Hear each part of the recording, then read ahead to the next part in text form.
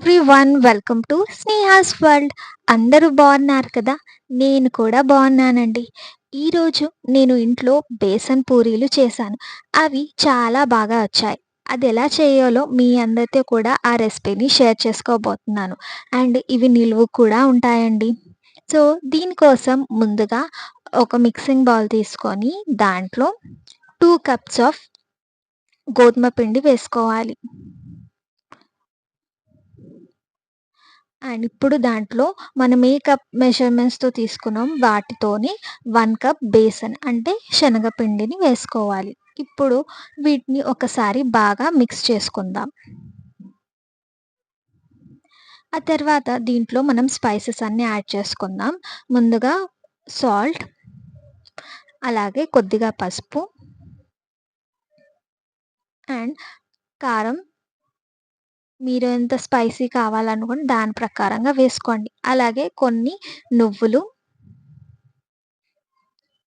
And cut చేసి నేను కొద్దిగా కరివేపాకుని వేసుకుంటున్నాను. సో, దీన్ని బాగా ఒకసారి మిక్స్ చేసుకొని, ఆ తర్వాత నేను 1 టేబుల్ స్పూన్ ఆయిల్ హీట్ చేసుకున్నాను. మీరు నార్మల్ ఆయిల్ అయినా వేసుకోవచ్చు. బట్ నేను కొద్దిగా వేడి చేసి వేసుకున్నాను. సో దట్ కొద్దిగా క్రిస్పీగా బాగా వస్తాయనేసి. ఇప్పుడు పిండిని ఒకసారి కంప్లీట్‌గా మిక్స్ చేసుకోవాలి. సో, నేను చూయించిన విధంగా మీరు మిక్స్ చేసుకోండి. ఆ తర్వాత ఇప్పుడు దీంట్లో మనం కొద్దిగా వాటర్ వేసుకుంటూ పిండిని తడిపేసుకోవాలి.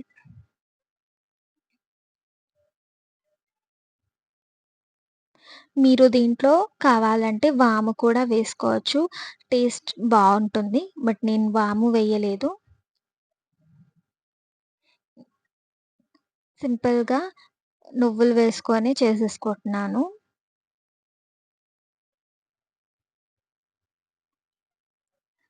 సో, చూడొచ్చు. మీరు వాటర్ వేయకముందే ఒకవేళ ఉప్పు, కారాలు చూసుకొని వేసుకోవచ్చు. అండ్ ఈవెన్ మీరు కావాలంటే అల్లం వెల్లుల్లి పేస్ట్ కూడా వేసుకోవచ్చు.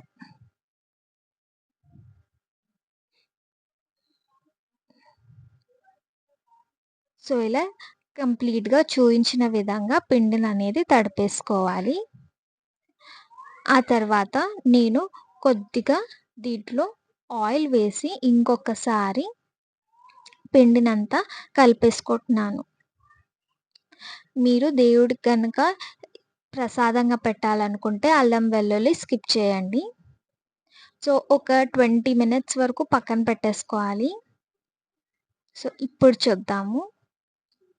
ఇప్పుడు పిండిని మనము చిన్న ఉండలుగా చేసుకోవాలి. స్మాల్ పూరి సైజ్‌కి మనం ఎంత అయితే పిండి తీసుకుంటామో ఆ రకంగా.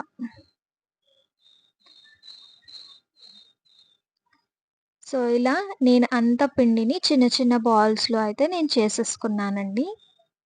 సో, అన్నీ ఒక సైజులో ఈ రకంగా చేసుకున్నాను. ఇప్పుడు మనం చిన్న ఉండలని తీసుకొని నేను పక్కన గోధుమ పిండి పెట్టేసుకున్నాను. సో, దాంట్లో మనం డస్టింగ్ చేసుకుంటూ పూరీలాగా ఒత్తుకోవాలి.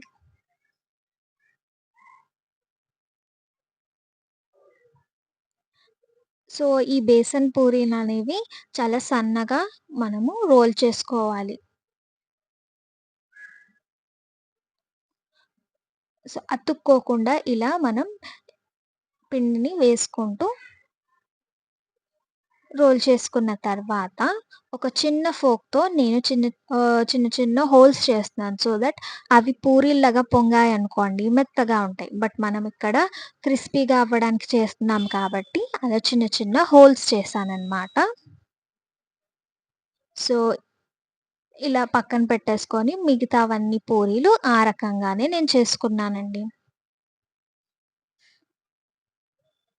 సో, ఇవి క్రిస్పీగా అవుతాయి. మెత్తగా అవ్వవు.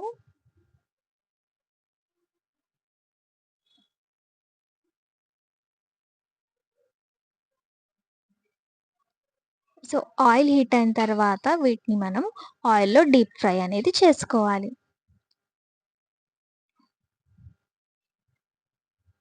సో, చూడొచ్చు ఎంత తొందరగా గోల్డెన్ కలర్‌లో చేంజ్ అయిపోతుంది.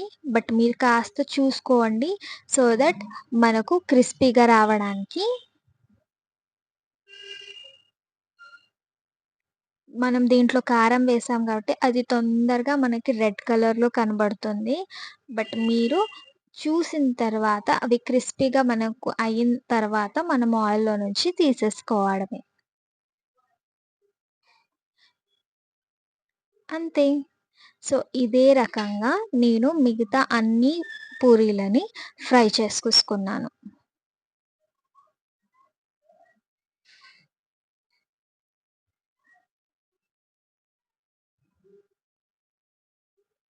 సో, చిన్న చిన్న బబుల్స్ అనేవొస్తాయి. మనం హోల్స్ పెట్టడం వల్ల పూరి అనేవి పొంగట్లేవు. అంతే. చూసారా ఎన్ని గనం బేసన్ పూరీలు రెడీ అయ్యాయో? ఇవి 1 వీక్ 15, 20 డేస్ వరకు నిలువుంటాయండి. సో, చూడొచ్చు. కరివేపాకు వేసాం కదా! అది కనబడుతోంది. సో, ఎంత క్రిస్పీగా వచ్చాయో. వీటిని మనం టీతో కానీ, లేదా అన్నం పప్పుచారుకి నంచుకోవడానికి ఇవి చాలా బావుంటాయండి. సో, మీరు కూడా ఇంట్లో తప్పకుండా ట్రై చేయండి. అండ్ ఇది ఎలా వచ్చిందనేది నాకు కమెంట్ సెషన్‌లో తప్పకుండా రాయండండి. మీకు గనక ఈ వీడియో గనక నచ్చినట్లయితే తప్పకుండా లైక్ చేయండి, షేర్ చేయండి అండ్ అలాగే నా ఛానల్‌ని సబ్స్క్రైబ్ చేసుకోండి. Thanks for watching.